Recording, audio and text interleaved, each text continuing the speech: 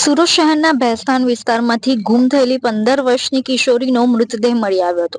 મૃતદેહ પાંદેસરા વિસ્તારમાં આવેલી એક ખાનગી બાંધકામ સાઇટ પરથી મળ્યો હોવાનું પોલીસે જણાવ્યું છે. હાલ પોલીસ દ્વારા ઘટનાની તપાસ શરૂ કરવામાં આવી છે અને કિશોરીના મૃત્યુના કારણો જાણવા માટે આગળની કાર્યવાહી હાથ ધરવામાં આવી છે. 15 વર્ષની કિશોરી અશ્વિતા દામોડનો મૃતદેહ પાંદેસરા વિસ્તારમાં મળ્યો હતો. અશ્વિતા ધોરણ 10માં અભ્યાસ કરતી હતી. ગત રોજ સાંજે અશ્વિતા પોતાના ફ્રેન્ડના ઘરે જવા નીકળી હતી, પરંતુ રાત્રે ઘરે પરત ના આવતા પરિવારજનોએ મોબાઈલ પર સંપર્ક કરવાનો પ્રયાસ કર્યો હતો. મોબાઈલ ફોન ના ઉપડતા પરિવારજનોએ શોધખોળ શરૂ કરી હતી, પરંતુ કિશોરી ન મળતા તાત્કાલિક ભેસ્તાન પોલીસ સ્ટેશનમાં ગુમ થવાની ફરિયાદ નોંધાવી હતી. પોલીસે તાત્કાલિક તપાસ હાથ ધરી અને કિશોરી પાંદેસરા વિસ્તારમાં હોવાનું સામે આવ્યું હતું. પોલીસે જ્યારે પાંદેસરાના બાંધકામ સાઇટ પર પહોંચી ત્યારે અશ્વિતા મૃત હાલતમાં નીચે પડેલી હતી.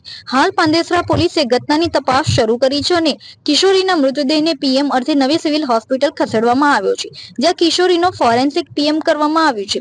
પીએમના રિપોર્ટ બાદ કિશોરીના મોત મામલે સમગ્ર ખુલાસો સામે આવશે. કિશોરીના શંકાસ્પદ મોતને લઈ હાલ પરિવાર દ્વારા યોગ્ય તપાસની માંગ કરવામાં આવી છે.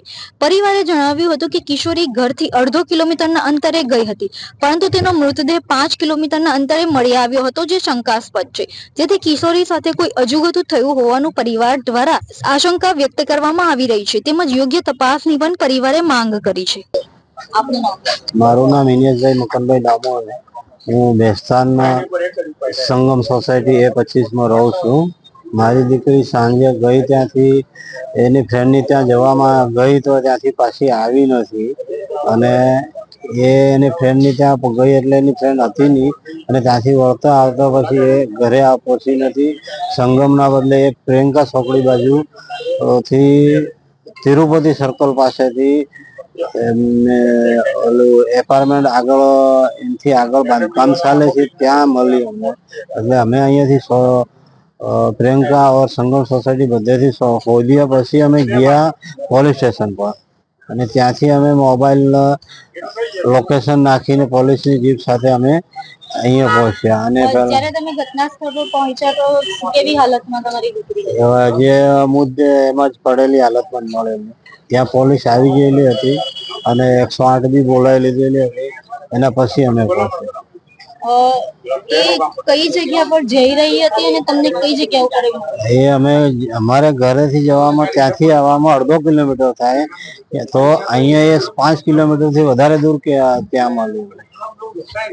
શું લાગે છે તમને કે અમને એવી શંકા છે કે એમના કોઈ ફ્રેન્ડ તથા આ રિક્ષા વાળા જબરજસ્તીથી એને ઘરે મૂકવાને બદલે બે એકલી છોકરી જોઈને એ જબરજસ્તીથી આ બાજુ લઈ જતા હતા. તો પ્રિયંકા છોકરી એ સંગમ આવવાના બદલે એ તિરુપતિ છોકરીથી આ રોડ પર લઈ ગયા, અને એના પછી એ ત્યાંથી રિક્ષામાંથી કદાચ કોઈ માણસો જોયા તે કૂદી ગઈ કે નીકળીને પછી ભાગીને રસ્તા પર ગઈ, અને એ બિલ્ડિંગમાં ગભરાઈને જતી રહી. કઈ બિલ્ડિંગ પાસે મળી? અમને પ્લેટિનિયમ બિલ્ડિંગ, જે નવું બાંધકામ ચાલે છે તિરુપતિ ચોકડીથી આ રસ્તા પર, એ બિલ્ડિંગમાં અમારી દીકરી 10મા ધોરણમાં ભણે છે, અને એને 15 થી 16 વર્ષ છે. અને